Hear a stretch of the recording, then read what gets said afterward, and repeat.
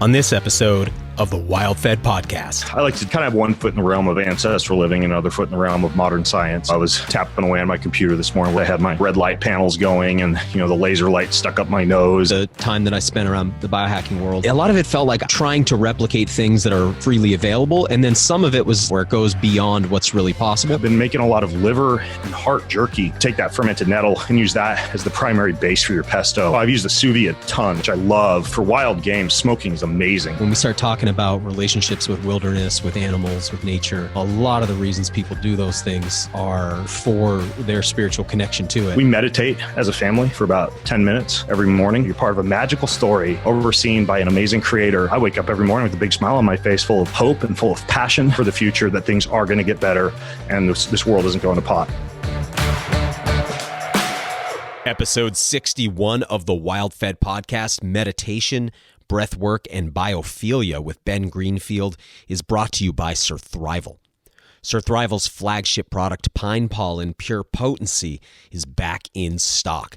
This one's hard to keep on the shelves because so many of you are using it. I formulated Pure Potency a decade ago after learning about the declining testosterone levels in men due to the conditions of modern living and the way testosterone naturally declines over time as a man ages. It's what we call andropause. Pure Potency is an extract of wild pine pollen for its naturally occurring testosterone, androstenedione, and DHEA, and an extract of stinging nettle root for its ability to free your body's own naturally occurring testosterone. Made with real vanilla bean, orange peel, and a bit of maple syrup, Pure Potency is delicious too. Find it and more at surthrival.com. This episode's also brought to you by Farmer's Juice. Farmer's Juice home delivers cold-pressed juices and wellness shots direct to your door at nearly half the cost of what you'd pay at the juice bar, and they stay fresh for up to 30 days with nothing artificial added. Whether you're looking for earthy root vegetables like carrot and beet, or leafy greens like dandelion, kale, and spinach, herbs like basil and mint, fruits like cucumber, orange, or apple, or spicy anti-inflammatories like ginger and turmeric, they've got them all. Each of their juices contains a full pound of fresh, organic produce with nothing artificial. I've got a juicer at home, but where I live, we only have quality organic produce for a couple months of the year. But the folks at Farmer's Juice have access to California's excellent fresh organic produce, and I'd rather let them do the juicing. Head over to thefarmersjuice.com and use the coupon code WildFed for up to $8 off your order and get these refreshing juices delivered right to your door. I'm Daniel Vitalis, and you're listening to the WildFed podcast, a show about reconnecting with nature through hunting, fishing, foraging, and food. WildFed. Food is all around you. Today I've got a really great episode for you. It's with someone I've known for years, had on my show before, and even shared a stage with, but after recording this interview, I realized I didn't really know him much at all. Ben Greenfield is probably best known for his work in the worlds of athleticism, fitness, and biohacking, but he's also a hunter, forager, father, and devoted family man. And we dig in a bit today on those parts of his life, going into territory that isn't necessarily front-facing in his work, and we get a sense of what motivates and directs his life and the way his family operates in the world. Of particular interest is the way nature immersion, meditation, breathwork, and biophilia, the desire to commune with nature, are seamlessly integrated into his family's spiritual life. He and his wife are raising twin 12-year-old boys, and children like this give us a glimpse into what kind of future is possible. I'm eager to see how Ben's own work unfolds over the decades to come, and maybe just as excited to see what these boys bring to the world with all their family is instilling in them today.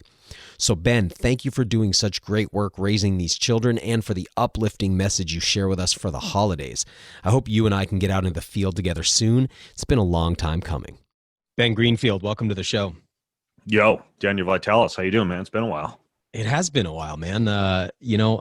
I don't think I've seen you for several years, but I kind of went underground for a while. I don't think I've seen you since you were vegan, dude. So that's been a while. Last time I saw you, you were shredded. Looking pretty good on Instagram. Yeah, I'm morbidly obese now, but is that 2% body fat? Yeah.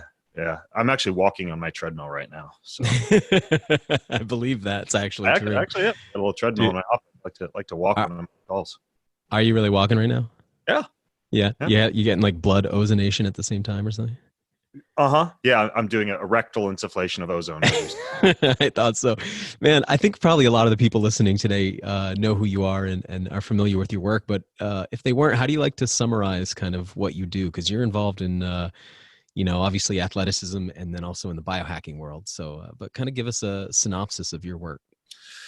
Oh, geez. Well, for years I was just a personal trainer. I got my master's degree in exercise physiology and biomechanics, and operated a bunch of personal training gyms and studios up here in Washington State. And since we're right on the border of Idaho, also over in Coeur d'Alene, Idaho. So I live in Spokane, Washington. And when my boys were born about 12 years ago, I just decided I wanted a little bit more time at home. Didn't really see the personal training lifestyle being sustainable to raise a family. And so I basically moved into the house and started doing a lot of what I do now, like podcasting and online consulting, training program and nutrition program design, and a lot of media stuff, like writing and, freelancing for magazines. And then also a lot of speaking, up until a few months ago before the travel lockdowns, a lot of traveling around to different conferences. I think that's actually how we met, was at a health conference or something like that. And so, yeah, a lot of traveling to speak. And these days also, I'm doing quite a bit of investing in, the health and fitness and nutrition sector. And then also running my own supplements company called Keon.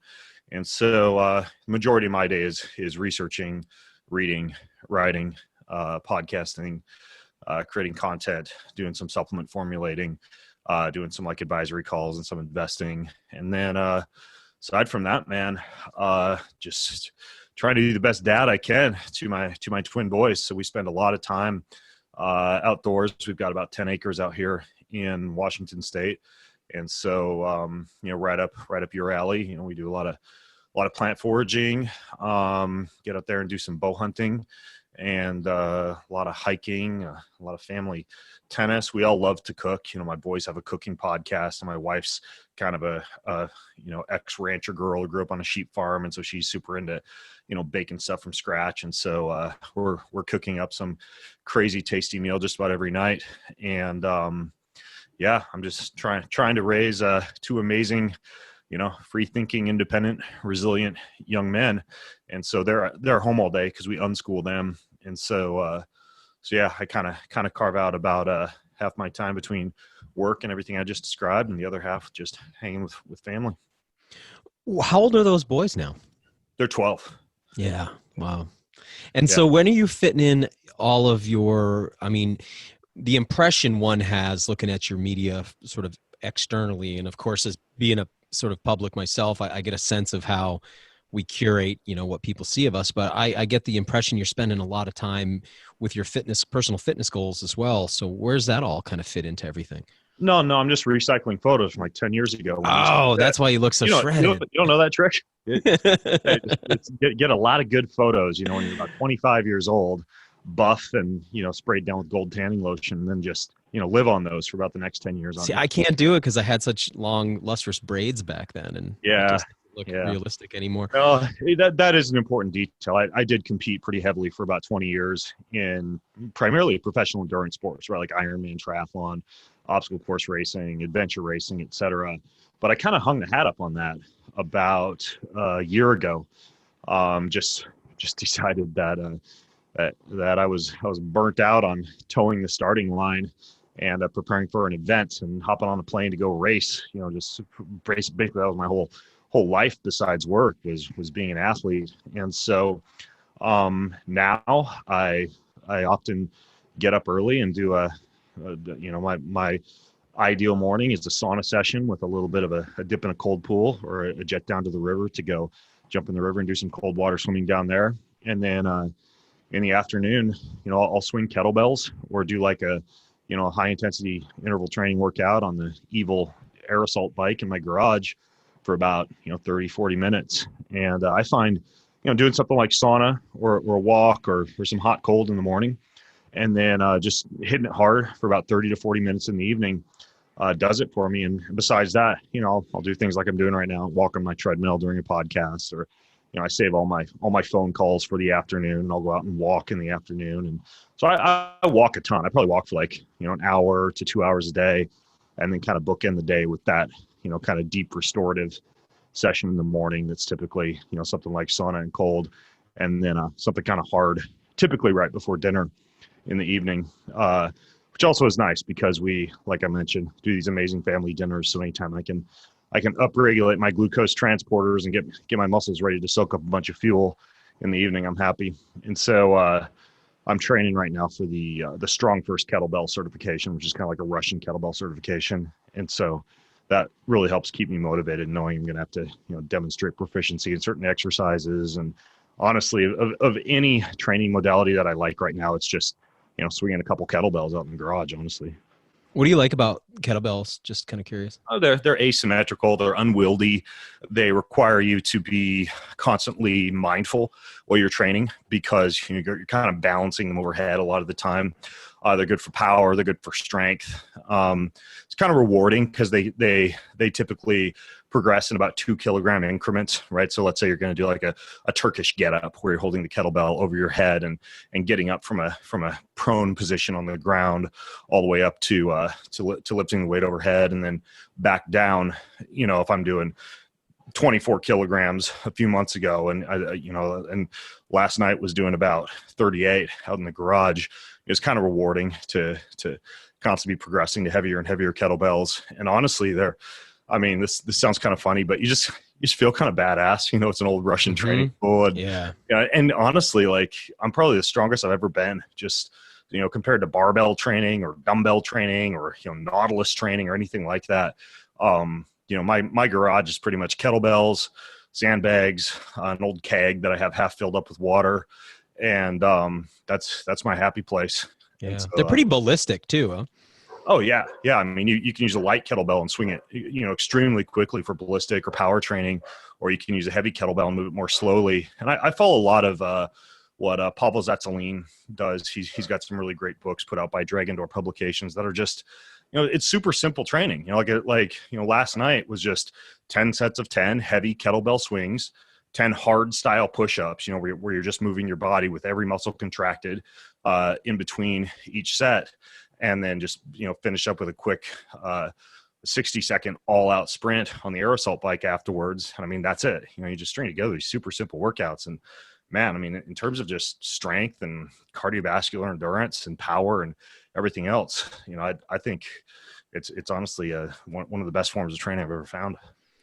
I think sometimes like when we're deep in something, we get kind of out of touch with where everybody else is at. So I just want to say, like, your hat hung up is like most people's like dream fitness goals. So listening to you describe your sort of like toned down version of things is funny to me because you sound like you're in it pretty deep, man. How deep are you still in with all of the like kind of biohacking stuff? Because I've seen you over the years just, on Instagram and stuff, just, testing out so many different, I don't know what you call it, kind of like cutting edge sort of biohacky stuff. Right. Like technologies. I kind of painted myself into that corner, doing a lot of speaking at different biohacking events, a lot of research or almost like guinea pigging and immersive journalism with a lot of these biohacking technologies or modalities, whether it's, stem cells or red light panels or infrared saunas or, cryotherapy or any of this stuff. And just based on the nature of that, not to make it sound like I'm bragging, but I've got like $500,000 worth of all these biohacking technologies just littered around my house and my basement and my bedroom and out underneath our guest house storage area outside. And so, I like to fiddle around with a lot of that stuff. Like this morning I did an infrared sauna session and I jumped in the cold pool, which is actually like this cryotherapy, ozone UV cleaned tank that you get inside of that maintains about 32 degrees.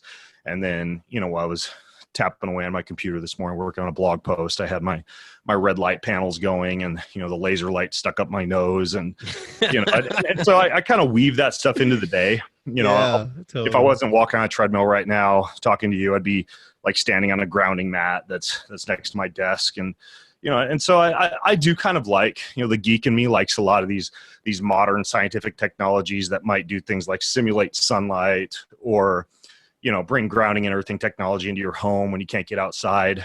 But, I don't view any of it as like a shortcut to becoming healthy. I think a lot of this stuff just kind of marries well to a little bit more of an ancestral lifestyle, getting outdoors, swinging kettlebells. Like that's my one kind of beef with the whole biohacking industry, is it tends to be a lot of people who are just like looking for a shortcut and don't want to put in the blood, sweat, and tears required to actually say, be stronger or be more resilient or be, like harder to kill. And, I think ideally, you embrace some of these technologies as things that can make your life better or allow you to get some benefit of things you might not be able to access. Like, case in point, I live on a north facing slope where I might get sunshine from 10 a.m. to 2 p.m. Right. So for me to be able to bring things like red light panels into my office so I can get some of those infrared rays while I'm working during the day, or, just the nature of my job is, I'm writing and in front of a computer a lot of the time. And so I'm not like walking around outside barefoot. So if I can stand on a grounding or an earthing mat, that's a great, little technology. And so, I like to do, kind of have one foot in the realm of ancestral living and another foot in the realm of modern science. And I still like to mess around with a lot of these little biohacks. Let me ask you this question. I'm curious about your perspective. Let's say somebody had a fairly optimal situation, like they got the southern exposure, they're outside most of the day, they're very physical, they're training, they get hot and cold exposure sort of naturally, like they're like all those ancestral things are kind of built into their lifestyle. Do you think that adding in any of that biohacking stuff could improve somebody's, I don't know how we'd quantify it, performance, I guess? Or do you think that stuff really only has benefit if you're sort of deficient in some of those things? If that question makes sense, I'm trying to get a sense of, it makes sense. And, I think the answer is yes. Like, I'll give you two examples. Let's say you are outside, building fences, hauling rocks, or maybe doing some kind of like outdoor strongman training that's just totally natural, like whatever, dragging around rocks or lifting kegs or throwing around sandbags. And you're not really like the biohacking technology type of person who's going to be hooked up to electrical muscle stimulation devices and all that type of thing while you're training. Well, let's say you want to recover faster, or let's say you want to build muscle faster. And you want to use something like hyperbaric oxygen to do so. I can't think of a scenario where you'd be in a natural, like outdoors setting where you could increase the partial pressure of oxygen and breathe pure oxygen, aside from if you were 25 feet below the surface of the ocean, where you could only stay there, for a certain amount of time. And so, having something like a hyperbaric chamber to enhance recovery and muscle building so that you could get even better results. That's an example of something that you just can't get outdoors. The same could Let's say you were going to quantify that, right? Because this is the thing, and I don't have a real agenda asking you this. I'm sincerely curious because of the time that I spent around the biohacking world and trying to like figure out the value of it. Because a lot of it felt like or trying to replicate things that are kind of freely available. And then some of it was like you're talking about, where it goes beyond what's really possible.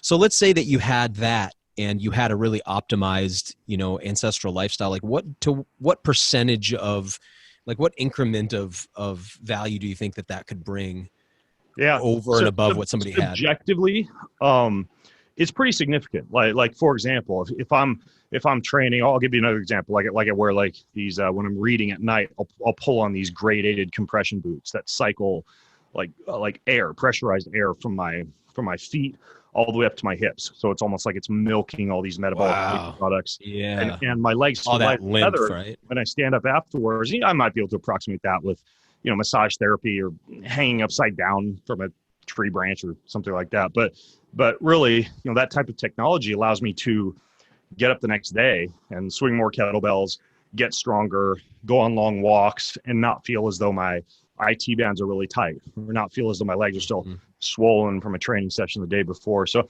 I'd say subjectively, I probably get about 30% more volume, intensity, better recovery, et cetera. And honestly, I think that's where a lot of, from a performance standpoint, the benefits of biohacking technologies come in. I don't think it's the electrical muscle stimulation and the fancy training devices and the blood flow restriction bands and all that stuff that give you as much bang for your buck as a lot of these recovery modalities that allow you to just bounce back faster and not get injured as easily, especially as you age.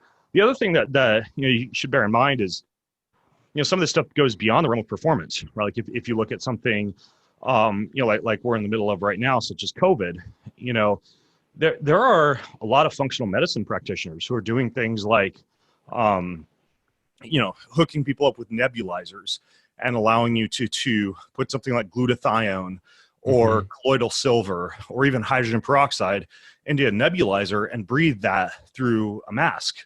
Yeah. And that's definitely something that might be considered a biohack that would go over and above, say, harvesting elderberry for higher doses of vitamin C, or or shaving off some Oregon grapefruit extracts for immune system improvement. Or the same could be said for something like ozone, right? Like it's kind of difficult to get a whole bunch of highly concentrated ozone into your system, although that's now an emerging treatment for something like COVID as well, but if you have like an ozone generating machine. So you can put the bleach directly into the blood. Yeah.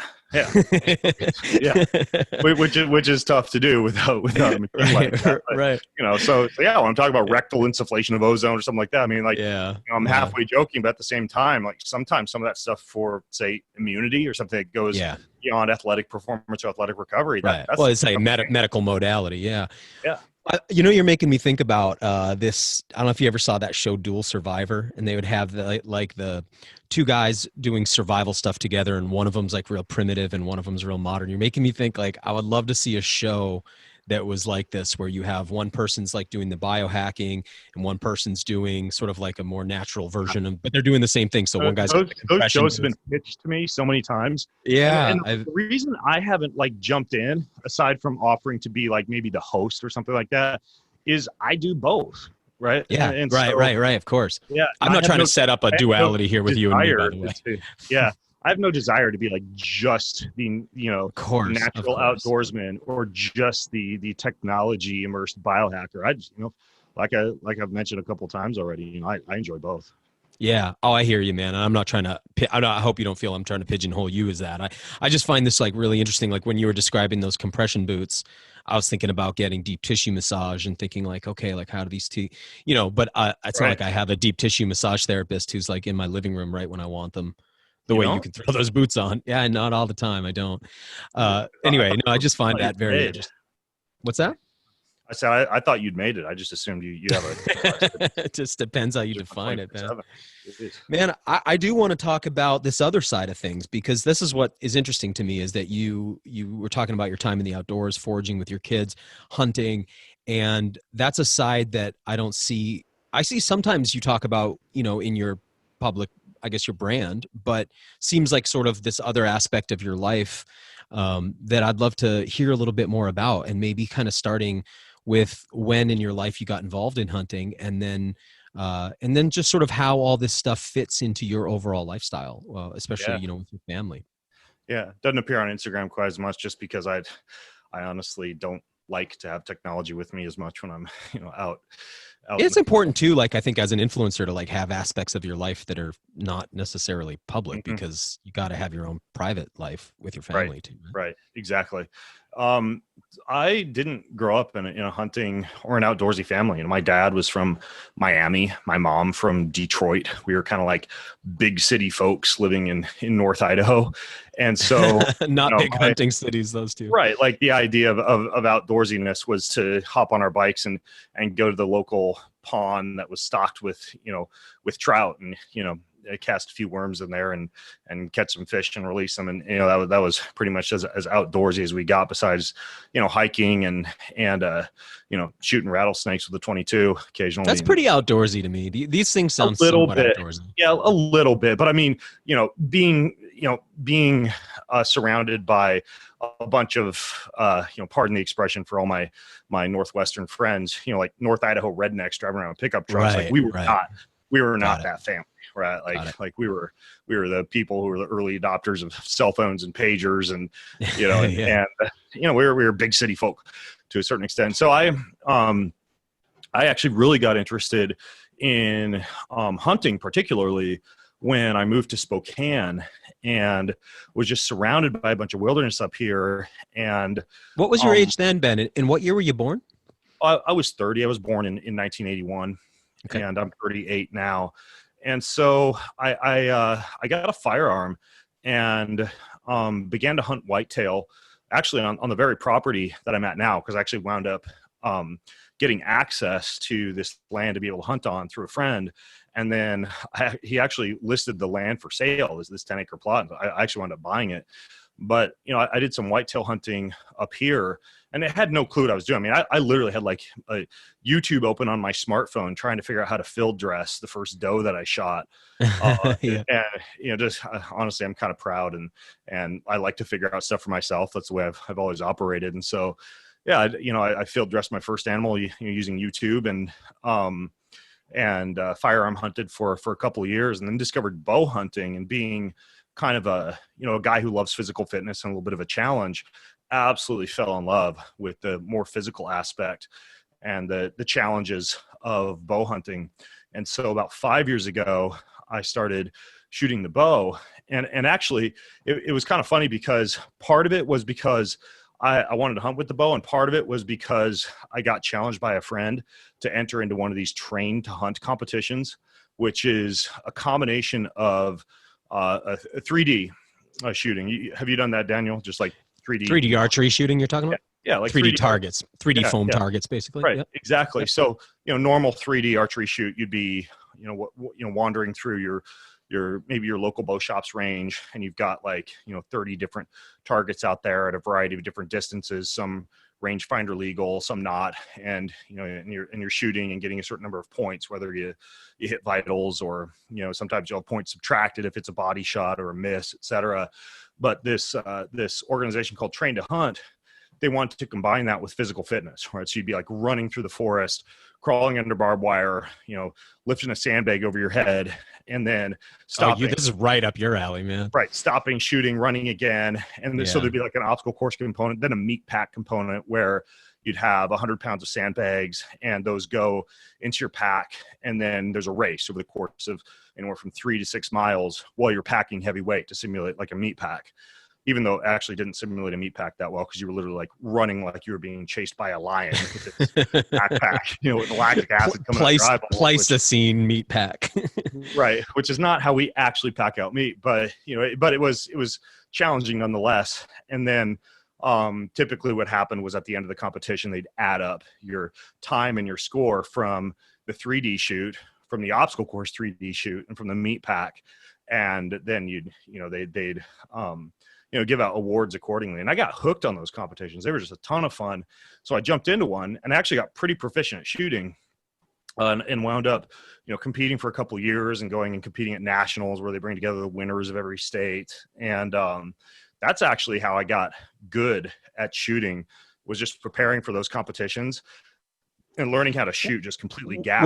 What are your maximum ranges, and were you estimating ranges or using rangefinders in the competition? It varied. Some were rangefinder legal, some were not. And there's typically there's a little sign by the shot that says you can use rangefinder, you can't, or this is a draw lunging and then stand shot, or and a lot of the shots were actually super realistic. Some were draw standing and kneel, some were draw behind a tree and then walk out 6 yards, and you actually don't know where the target is, but then the judge will start a 10-second timer clock. So as soon as you come into view of that 3D target, you get the shot off in 10 seconds. Others were like a 30-second or a 30-yard shot and a 60-yard shot, but you had to pull all that off within a 20-second time frame. And one might be a range shot and one might not. So they'd mix it up quite a bit to simulate hunting scenarios, which is actually pretty beneficial. And so typically ranges were about 20 up to 60, with a few, especially during the actual 3D shoot, There were a few like kind of Hail Marys, like 100-yard elk shot or something Okay. like that. But those are pretty Mostly few. realistic hunting distances. Oh yeah. Yeah. Most of them are Mm. 20 to 60. Yeah. And so, yeah, just a ton of fun. And so I did that for a few years. And while doing that, did a lot of hunting in Hawaii, which actually I really enjoyed, because for me, hunting season from about October through December also happens to be, or it happened until COVID, to be like my busiest season of traveling to speak. It seems like that's when all the conferences were. Right. That's when They are, yeah. airplanes and airports. And so Hawaii being open, pretty much all year long. And also, if you're down there with the right guide, or the right person, you pretty much have a meet-a-palooza of being able to shoot a wide variety of animals, from sheep to goat to turkey to axis deer, and the wild pig down there, which tastes amazing. And so I would go down there and typically do 3 to 5 days of hunting a couple times a year, usually tack on a couple days of spearfishing afterwards. So it's kind of a 2-for-1 type of trip. Then I'd just go buy coolers at Walmart and freeze my meat and just bring it all back on the plane. Just check it on the plane. And so I did like 8 different hunts in Hawaii between Kona and Molokai. And then, and then some hunting up here. I have whitetail just all over, in the acreage surrounding my property. Did a few elk hunts, and yeah, just kind of, for the past 8 years, have been, I guess, what you might describe as like a casual bow hunter who enjoys the cooking and the wild game preparation aspects of it just as much as the hunting aspect. But yeah, I would say I'm about 8 years into trying to be a hunter, and I'm about 20 years out probably from being an actual proficient hunter who can do something like call elk proficiently, and and really navigate my way through public land. And I'm still one of those guys who's a lot of times out with a guide, or I need, like, if I'm hunting elk, I still need help calling, so I'm still kind of learning. But it's just a ton of fun. It's amazing to me. We've been really blessed and lucky here with our hunting, in that, since I started, we've not bought meat, outside of if we're at a restaurant or something like that. But I mean, we're able to live off the game that we harvest. And like you said, I'm not that proficient. I'm very new at it. I have so much to learn. But what's exciting to me is that somebody can get involved in hunting and be utilizing that meat very easily. You don't have to be massively proficient to fill freezers, if that makes sense. Oh yeah, absolutely. And I mean, like, I'm big into, speaking of biohacking, I've been just getting hooked on all these different kitchen tools. We'll get right back to the show in a moment, but first, you've been listening to the WildFed podcast, but have you seen the WildFed TV show? Starting January 4th, WildFed will be airing on the Outdoor Channel. That's right, our season premiere will be January 4th at 7 p.m. Season 1 has now been expanded to 10 episodes. So if you've seen the original 8, there are now 2 new shows for you to check out. We'll be on the air Mondays at 7 and 11 p.m. and on some Saturdays as well. If you've got cable access or you can get access to it, check us out starting January 4th. Let the Outdoor Channel know that you love WildFed by adding to their ratings. And we'll be keeping you posted on smart TV and streaming details as they become available. I'll be hosting some social media live streams for Outdoor Channel as shows start airing, so be sure to follow WildFed on social media to be notified about those. Thanks again for all your incredible support in 2020, and we hope you'll be following along on the Outdoor Channel in 2021. Now, back to the show. I'm using the Joule sous vide wand quite a bit, mostly because I just don't like to stand over the smoker and the grill when it's, frigid outside in the winter and cold and dark. I'm doing a lot more kind of indoor kitchen cooking. So I've used the sous vide a ton, which I love for, man, I do fish. I do a bone-in pork chop, a bone-in ribeye. There's a ton of stuff in that sous vide because it's super easy. You can just use like a good plastic that doesn't degrade. Like I use these stasher bags, and typically, put your spices, rosemary, thyme, extra virgin olive oil, what have you, into the sous vide bag, and then just set your temperature and walk away. and you get a super even cook on the meat, which typically takes an hour to an hour and a half. If you want the texture of a seared or a grilled meat, you can typically do a quick sear afterwards, which is actually kind of nice because it locks in the flavor. And so you can literally just like dump all your herbs and oils and spices straight from the sous vide bag into a cast iron skillet and have just an amazing, evenly cooked piece of meat from sous vide. So I've been using that quite a bit. Really, really love smoking. You know, I use that Traeger grill, and for wild game, smoking is amazing to just inject a ton of extra flavor into wild game. And so, you know, I'll do a lot of like reverse sear smokes where I'll smoke, you know, smoked meat for 1 to 2 hours, and then, you know, heat up a cast iron skillet on the grill and, you know, make some good herb infused butter, and then just do a quick sear in the cast iron skillet after the smoke, which is really great for like a pork chop or a ribeye. And then recently really got into the pressure cooker, which has been amazing for like some of the stew meat, some of the chuck roast, you know, a lot of kind of the chewier pieces, the London broil. And, you know, if I'll just marinate something in the fridge for about 4 to 6 hours and then just take the marinade, everything, dump it straight into the pressure cooker. Sometimes with the pressure cooker, unlike the sous vide, you can sear it first and then put it in the pressure cooker, you know, and literally like 20, 30 minutes, and you've got like melt in your mouth stew meat with something like that. And so I've been really enjoying the pressure cooker. And then the last one I've been using quite a bit for jerky. I've been making a lot of liver and heart jerky. And what I do is I'll soak it in kefir, which I've found to be the most amazing marinade, especially for organ meats. The enzymes I think in the because kefir it's really enzymatic? help to break it down quite well.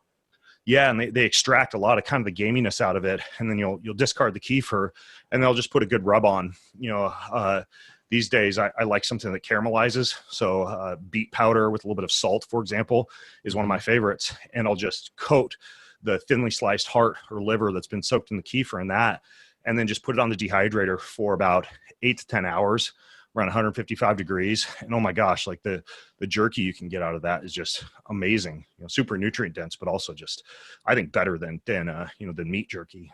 Yeah. How's the texture?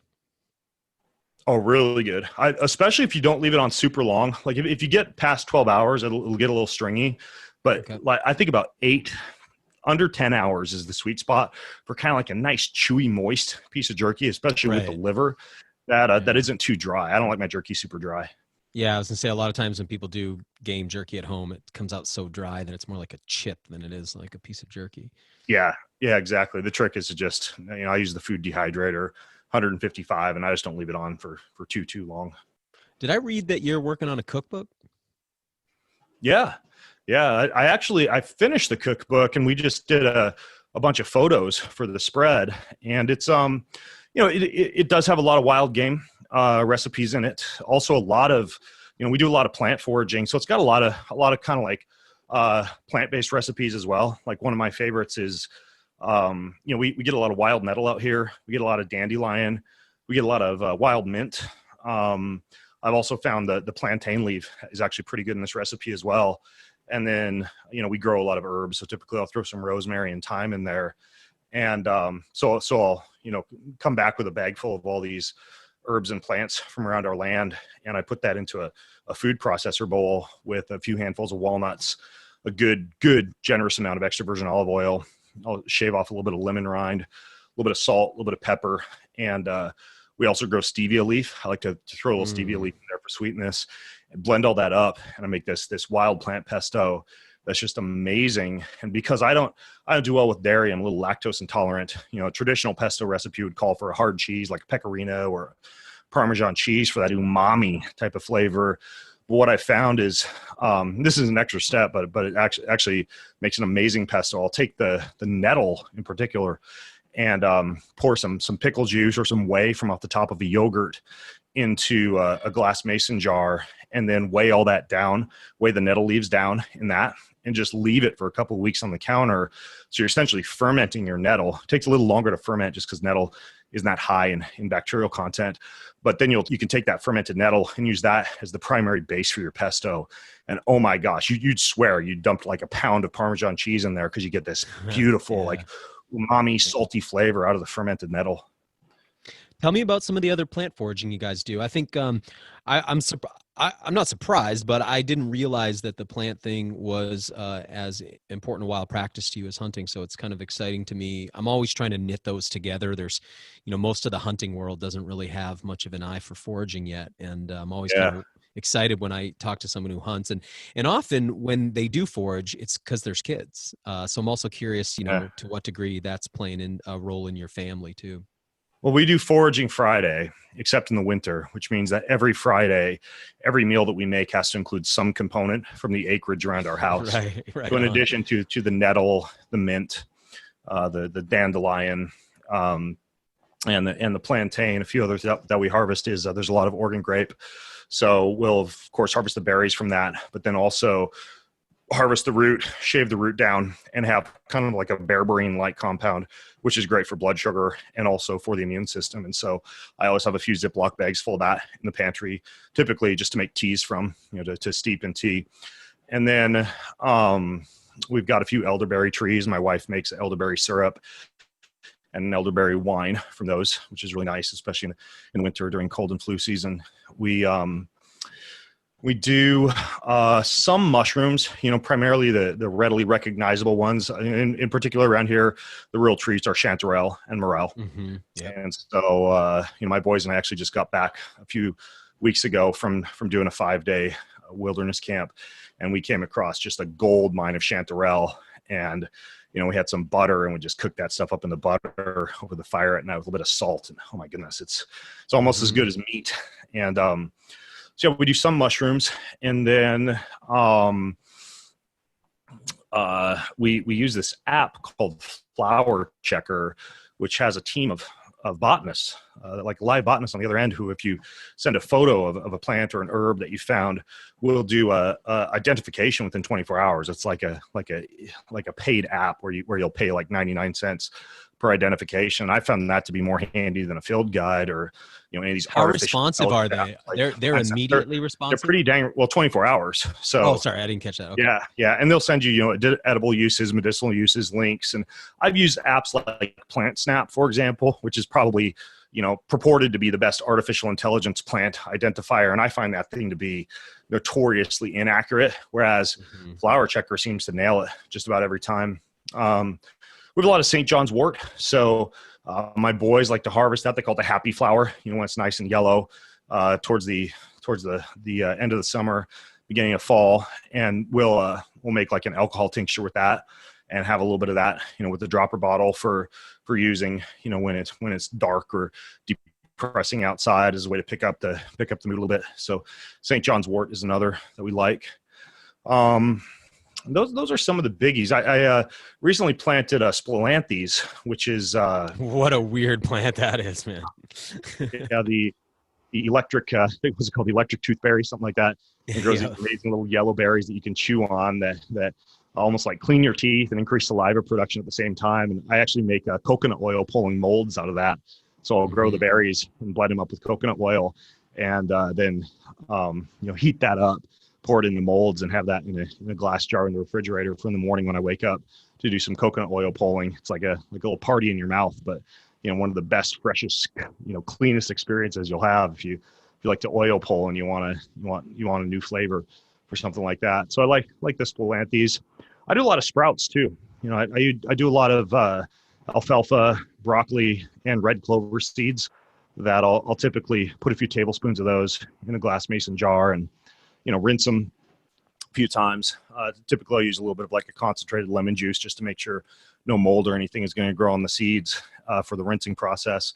And then I'll soak them on the counter for about 8 hours and then discard the water and put them upside down in the pantry, kind of on the bottom shelf where it's cold and dark, and let those bad boys grow for about 5 days.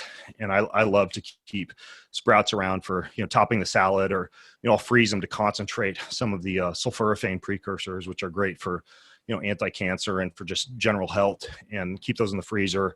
I'll put those in a smoothie.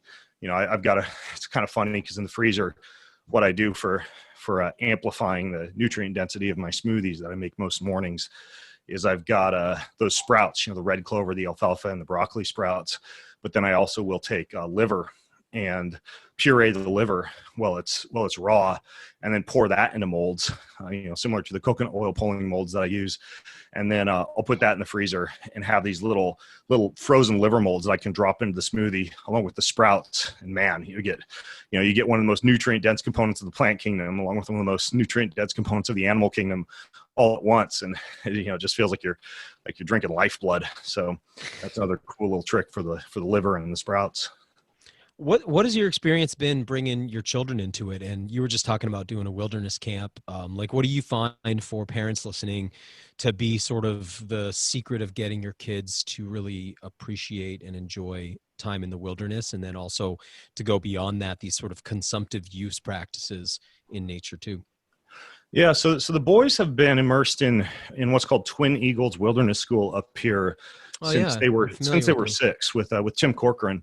So they typically will do about 2 to 3 immersions per year up there in Medicine Circle near Sandpoint, Idaho, where they're doing a lot of tracking, a lot of foraging, some bird call identification, not a whole lot of hunting. They're kind of more foraging, more nature sit spots, meditation, nature connection, things like that, fire making, shelter making, water filtering, things along those lines. And so they've been doing that for a long time, and they're pretty proficient at all of those activities. And then they've done a few different hunting camps, which involve blood trailing and tracking. Typically at those type of camps, they'll kill a sheep, for example, and kind of drag it out and leave it for the kids to blood trail and find, and then they'll drag it back and field dress. And so they can't really field dress an animal, nose to tail without dad, but they know their way around butchering to a certain extent. And then they've done quite a few survival courses, and so they're a lot handier than I was when I was 12 years old. Yeah, outdoors. And then they just do a ton of cooking. So that's probably where their strength is the highest. Is they're just in the kitchen almost every day preparing meals, often from scratch. And so their fermentation game is strong.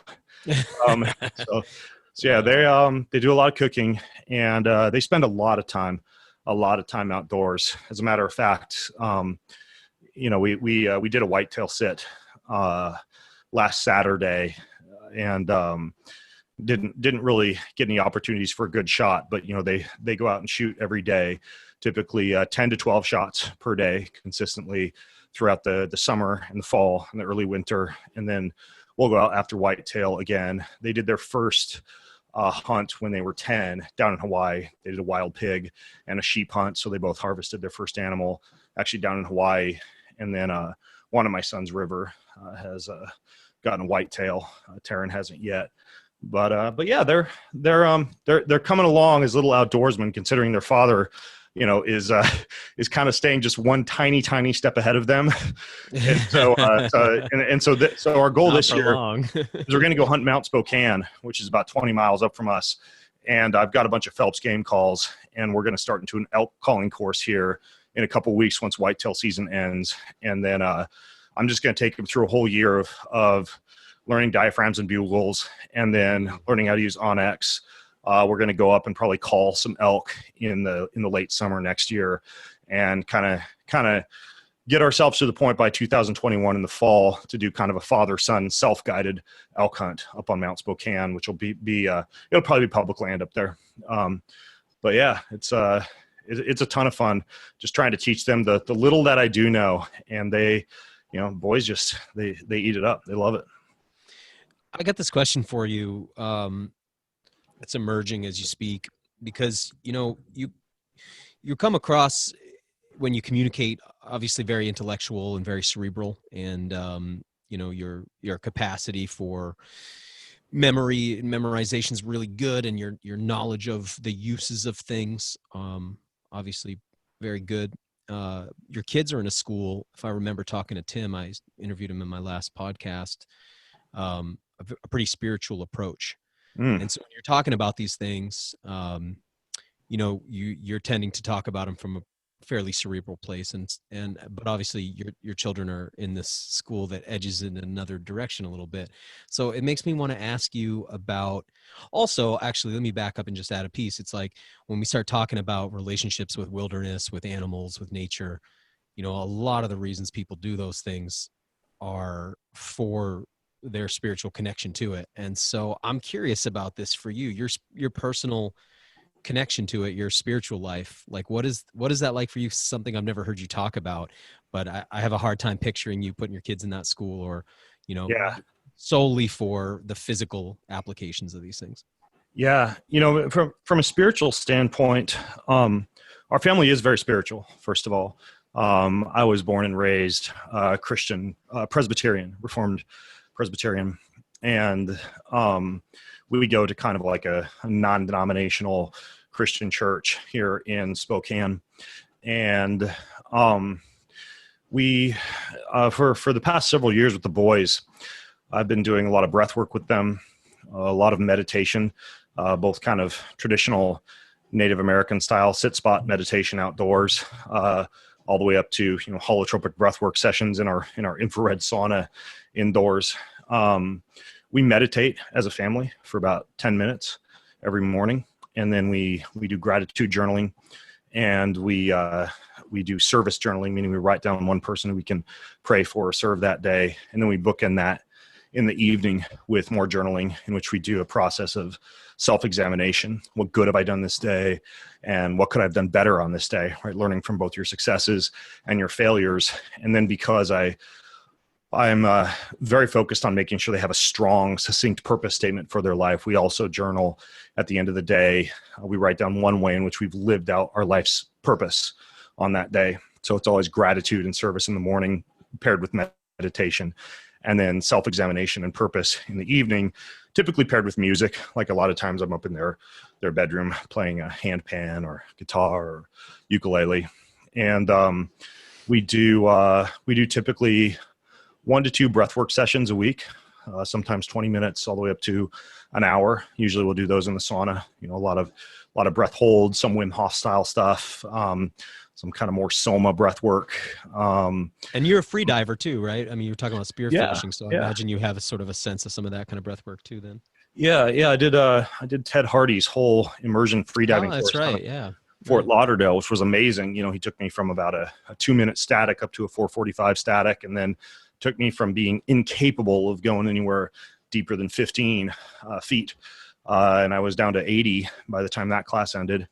Which is amazing for confidence, and also free fall for harvesting capability for spearfishing. And then on my last Molokai axis hunt, I got stuck on the beach with a guy who was amazing at spearfishing, kind of a waterman in and of himself. And he took me out and just taught me a whole bunch more tricks out in the water out there. And so yeah, I don't get a chance to spearfish as much as I'd like to up here in Washington, just because Viz is pretty much next to nothing. Yeah, and you got to have a pretty thick suit. And even then you don't last too long out in the water up here. But anytime in a tropical area, that's one of my favorite things to do is find a local sling and don my Speedo and my mask and my snorkel and go out and get some fish.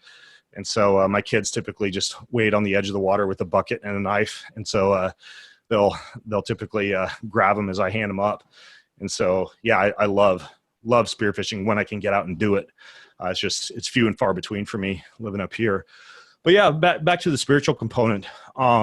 We certainly, I would say, are a deeply spiritual family in terms of, everything from our meditation to our breath work to our journaling to a lot of the nature time, a lot of the mindfulness in nature, the wilderness appreciation, the type of activities they're immersed in at Twin Eagle School. So yeah, I think that's honestly, I think something as simple as breath work should just be woven into every young person's educational curriculum, because it's one of the freest and easiest ways to adjust one's physiology with a microdial, at any moment, whether it's sympathetic or parasympathetic state activity. And I just think so many human beings grow up disconnected from their breath. That's one gift that I really wanted to give to my boys, was not only meditation and mindfulness and a journaling habit, but also the ability to be able to really intimately know how to use their breath to control their physiology. And so, they do a lot of breath work, breath holds, breath in the sauna, breath in the ice bath. And I think it's super beneficial. I wish I'd have learned a lot of the breath work concepts growing up. Man, it's really cool to hear about these practices you're doing with them, the gratitude practices and the service practices and all of that. It's like, it makes me smile to hear that. But I got this other question for you, and then I'll lay off this sort of train of thought here. But I'm curious about you growing up. You said, I think, Presbyterian, and the school that the kids go to, if I understand, it's kind of got a native indigenous North American perspective. And I'm wondering about how you have married those two things.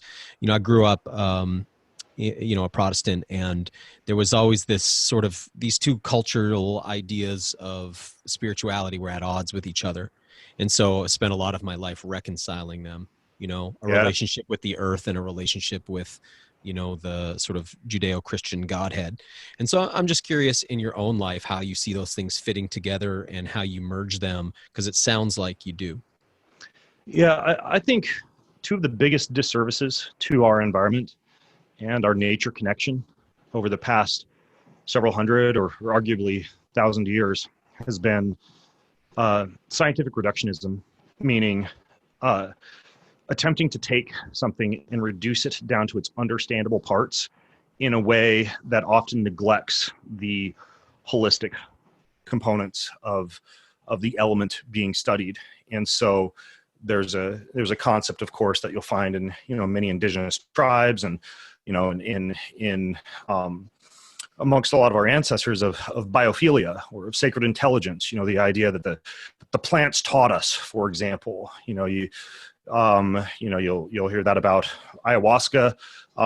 You won't often find scientific rationalism or studying something from a scientific standpoint as being the way that a lot of the beneficial aspects of plants were discovered. Like we would like to think that yarrow, for example, which is great for, for example, staving off, mosquitoes, or for stopping bleeding, would have been something that if ancient man or woman would have cut themselves and been bleeding profusely, they perhaps would have run through the forest in a very scientific reductionist manner, picked up some marshmallow root and tried that, or maybe some dandelion and tried that, and then maybe, slapped a little bit of some root or some bark on there and tried that, and then eventually stumbled across yarrow, and that stopped the bleeding, and they went back to their tribe and told their tribe, and they added that one to the logbook, or Artemisia, which is often used to ward off evil spirits, right? Like maybe ancient man was wandering through the forest one day and felt some negative energy, and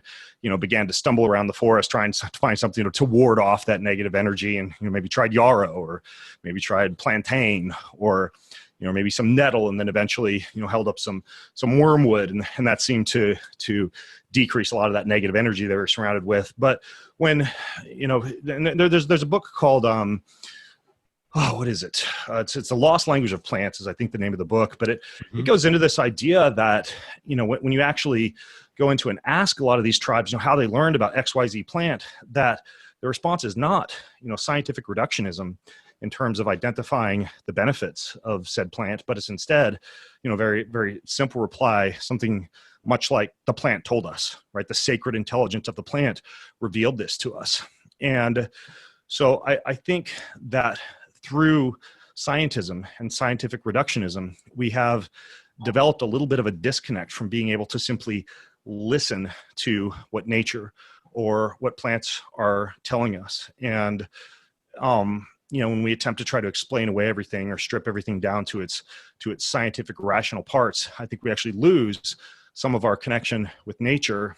And I think that very similar to that, the Reformation and, particularly the Reformation and the loss of the deep mysticism and aesthetics you would find in a lot of the early Christian desert fathers and mothers, Oh yeah. Okay. So just can you just stretch that out a little bit for people who don't have like, the history of Christendom in their mind? Like, can you just help them understand what it is I understand where you're going with Right, this and the Gnosticism that was present in right, those traditions, but can you right. explain that a little bit? Well, there was a great deal of appreciation for beauty, for aesthetics, for kind of the ability to be able to speak to God throughout the day, to feel His presence, to appreciate the beauty in nature, to immerse oneself. For example, in the desert or in the Mediterranean for long periods of time, often engage in fasting or prayer or breath work or meditation. Church was not necessarily some 501c3 massive institution, or mega place where, people go and have a bookstore and a latte, but was instead, just like kind of a small home experience. And connection to God was often found in nature and through breath work, and even arguably through, use of things such as plant medicines. There's some theories that a lot of the early components of the Eucharist, the communion that people would take, was actually, wine, but wine spiced with many elements that might have been a little bit more psychoactive, in order to further deepen the connection to God and to the spiritual world through the use of those type of compounds. And then, during the Reformation, really a lot of the aesthetics and beauty of Christianity was replaced by a real logical, rational, we need to be able to explain everything type of approach to Christianity, which still persists in, for example, Protestantism, to a slightly lesser extent Catholicism. I think Catholicism has maintained some of the beauty and aesthetics of Christianity, but has been corrupted by power, by the papacy, and by essentially, kind of like this strict liturgical setting in the church, and a lot of hierarchy that I think has just created, basically a corruptible power within the Catholic Church. I think that Christian Protestantism and the Reformation, we've kind of adopted a more rational approach, and almost like this approach to nature is more of the dominion mandate, right? This was given to us. It's all explainable. It's all rational. It's all scientific. We can start factories and rape the planet and have Twinkies and monocropped, corn products at our church potluck, and God's just going to take care of everything and we're going to be fine. And, a lot of Christian Protestantism particularly has seemed to kind of lose that connection to nature, that appreciation for nature, and the understanding that we are called to be gardeners and deeply connected to nature, Mm-hmm. and even find God through nature. I would say the one element of Christianity that's done the best job retaining beauty, mysticism, and aesthetics would be Orthodoxy, or like Russian Orthodoxy or Greek Orthodoxy. Yeah. But it's that's not a very common practice now. And I think that particular flavor of Christianity does the best job weaving in a lot of the aesthetics, a lot of the beauty, and kind of straying a little bit more away from the power structures and the scientism and the rationalism that I think has really emerged after the Reformation. But ultimately, coming back to brass tacks in my own family, what in an ideal scenario, and this is how I'm trying to raise my boys, they have a deep appreciation for the mystical aspects of nature, for the sacred intelligence of plants, for the way that God can speak to us through creation, the idea that you can be deeply connected to God and to the spiritual world through nature immersion, and that church and rationalism and a very intellectual approach to Christianity is, it has its place. Don't get me wrong. Like they go to church. We all go to church. We love to sing songs in church and listen to a good message and hang out with people and have a nice social structure there. But that's not the end all or be all of our Christian practice. And furthermore, I also, embrace a lot of things that many Christians would find offensive or something they would stray away from or might consider to be occultism or more Eastern mysticism, like breathwork or yoga or plant medicine, or a lot of components that I think can really serve one quite well in enhancing their spiritual health and their connection to nature and each other. And so, kind of like I have one foot in the realm of biohacking and ancestral science. I also have one foot in the realm of kind of a mystic, aesthetic, early church, father, mother approach to Christianity, and one foot in the realm of still being, steeped in Christian Protestantism. So So It's yeah, a lot of feet. That's 3 yeah, feet. yeah. I guess that's maybe 3, 4 feet, something like that. Ben, I didn't know about this side of you. I've known you for several years, but I wasn't aware. I'm really, it's just really nice to know that this is part of your life too. I'm wondering if you could speak to the people listening whose connection to nature, or maybe their attraction to Eastern or indigenous spiritual traditions, have caused them to just dismiss all of Christendom because of the many offenses that have happened through the years, that have come not from the faith but from the church itself, particularly some of those corrupted parts of the church. Could you say something to folks about I think you kind of understand what I'm asking. It's like so many people just assume that there is nothing redeemable in Christendom, and so don't give it another look. When I really think that it dovetails so nicely with so many of the more earth-based spiritual traditions, if you understand its roots and such. Yeah, I would say um, Christendom, despite its significant and stark failures, especially in terms of this logical, rational approach to nature, and the corruption of power that I think has crept in to a lot of aspects of the church. When looked at from a very simplistic standpoint, when you step back and look at something like Christianity, or even Judeo-Christianity, or just the belief of in a God in general, I would say that really the most beautiful, magical way to think about it is that I do believe that this entire universe was created by an intelligent being who wrote an amazing magical story for your life, and that we're not a bunch of chunks of flesh and blood floating through the planet on a giant rock, but that there instead hope and a deeper purpose for our lives that's been written even before we were born. We all have this amazing story to live out. We were all born with this unique skill set, in the image of that same God who created us, to be able to live out this amazing life on this magical planet.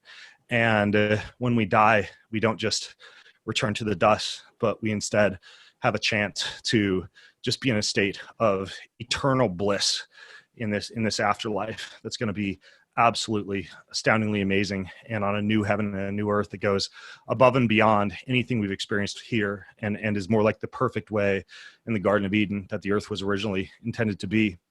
And that's a pretty magical way to live. But then when you take that one step further into the actual Christianity aspect of it, right? Because that's just, that's kind of, maybe a deistic approach, belief in God. But then when you look at Christianity, not only that, but this deity, this part of God, this Son of God, actually took on human form, and in an act of absolutely unexplainable, an absolutely unexplainable miracle, and we're right around Christmas time, so this is a perfect time to bring this up. Took on the form of a human, a deity took on the form of a human, and was killed in a very horrific manner, unfairly, but was killed to be able to take on all our sin and our suffering and shame. And then in an even greater miracle, was, buried, but then resurrected on the third day. And all we need to do is just, follow the things that deity, Jesus, taught, and then believe that we actually can cast all our sin and suffering and shame upon that cross, and have this enormous lifting of a burden of guilt and shame that many people walk around with. It's just a pretty amazing way to live. You're part of a magical story overseen by an amazing creator, and you have the opportunity to cast all your sin and suffering and shame on this wonderful free gift that was offered. To me, that's simplistic, beautiful, aesthetic Christianity. And and I wake up every morning with a big smile on my face, full of hope and full of passion, and full of almost like just like a freedom from the burden of sin and suffering and shame that I think a lot of people walk around with. And it might sound a little preachy, but that's what I would tell people who are curious about the way I practice Christianity. Yeah, because one of the things. Thank you for sharing that. That was really beautiful. One of the things that I think people miss is this idea of grace, which is like unmerited favor. The idea that there's love from your creator, deep love for you that has nothing to do with what you do. You can't earn it and you Right. can't deserve it. It's freely given to you, and all you have to do is turn toward it. And Yeah. that to me is something I don't see in a lot of other traditions that at least enumerated so clearly. And it's one of the things that for me makes, these aspects of Christianity so beautiful. So Yeah. I haven't had a lot of people on my show give a good pitch for Christianity before. And, for me, I don't see all these things as mutually exclusive. I really think it can judge something by judge a tree by its fruit. Exactly.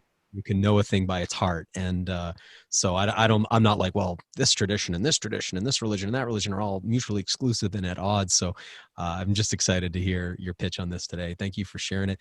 Kind of in closing, where do you see this all headed, man? Because we're, that magical story you just talked about, like here we are in a world in crisis. And I don't just mean this like kind of COVID thing, which is, fleeting and transient, but general crisis, habitat crisis, climate crisis, pollution crisis, economic crisis, political crisis. Like what you're putting into your boys, I know you have hope and I know you have faith, but where do you see all these kind of things headed? Because we have clearly all the tools that we need, but there's something blocking us putting those things into practice. Where do you see, do you see resolution on the horizon? Do you see cataclysm on the horizon? Do you see some path through it? But Yeah. where's all this headed for you? Yeah, I see two things.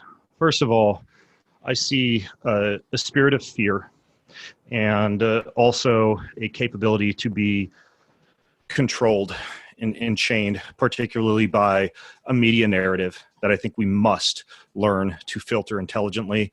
And I think that is going to begin with educating our children to not be little factory workers who jump through the hoops and put the square pegs into the square holes and the round pegs into the round holes, but to instead engage our children, particularly in an educational approach that includes creative free play, solving problems on their own, unschooling, homeschooling, learning how to not swallow hook, line, and sinker a narrative that's fed to them, but to instead think for themselves and to discover their own solutions through educating themselves. So I think this starts from the ground up with us taking an entirely different approach to the way that we educate our children. And that includes nature immersion. That includes a deep appreciation for the sacred intelligence of plants and animals, for biophilia, for this whole idea that we are connected to and highly dependent upon this planet. And we can't just teach that from books. Kids have to actually be immersed in that growing up. And so I think that's probably one of the key components here to be able to slowly bring us out of the Wall-E-esque human factory worker scenario that we've created largely, I think, because of media and education. And furthermore, from a more esoteric, big picture standpoint, I am not one of those Christians who believes that, like, the book of Revelation describes the impending destruction of the entire planet and we're all going to hell in a handbasket and stuff is going to get worse and worse. I think that entire book of the Bible is simply describing the destruction of Jerusalem in 70 AD and the destruction of the temple and a lot of the, the torture and the abuse of Christians that occurred at that time. And I am a self-described, what would be called a post-millennial, meaning I believe this world is getting better and better. I believe that everything from technology to, the type of conversations that you and I are having, to a growth in people's appreciation for each other, to a different approach to education, to all of these things tied together is going to gradually make this world a better and better place. I think we're going to get better and better at taking care of this planet, at thinking for ourselves rather than listening to corrupt media voice, at setting up governance that is able to avoid a lot of corruptible power and instead allows a more kind of libertarian, democratic, free voice of the people. And I believe the world's going to get better and better and better as humans become more equipped at doing that. But that also goes hand in hand with starting with our kids, and the way that we raise them is going to shape the future of the planet. And I think that's probably the most crucial thing is, well, A, education, and B, a hope for the future that things are going to get better and this world isn't going to pot. It's going to get a lot better and a lot more magical as every year progresses, even though there'll be a few speed bumps like the one we're living through right now. Ben, I've always found you really inspiring. but I didn't know about some of these aspects, and I find them even more inspiring. I appreciate you being candid and intimate in sharing some of this stuff with us. I think a lot of people are wishing they were your kids right now. They could go live at your house. So, yeah, thank you for taking the time and opening up a bit with us today. It's really appreciated. Well, my kids mostly wish they were my kids, unless they're out swinging kettlebells in the 28-degree garage with me in the morning. I think occasionally they might wish they didn't have a kettlebell swinging dad, but aside from that, we're pretty happy. We're all excited to see how they turn out. Thanks for listening to the WildFed podcast. You can help us grow the show by subscribing and leaving us a rating and review. It ensures better rankings and more advertiser interest, which translates directly into better shows, more awesome guests, and a constant stream of fresh, new content. Have a question you'd like answered on the show, or a hunting, fishing, or foraging trip you'd like to host us on? Email us at info@wild-fed.com. And be sure to visit our website, wild-fed.com, to check out the WildFed video show and store. WildFed. Food is all around you.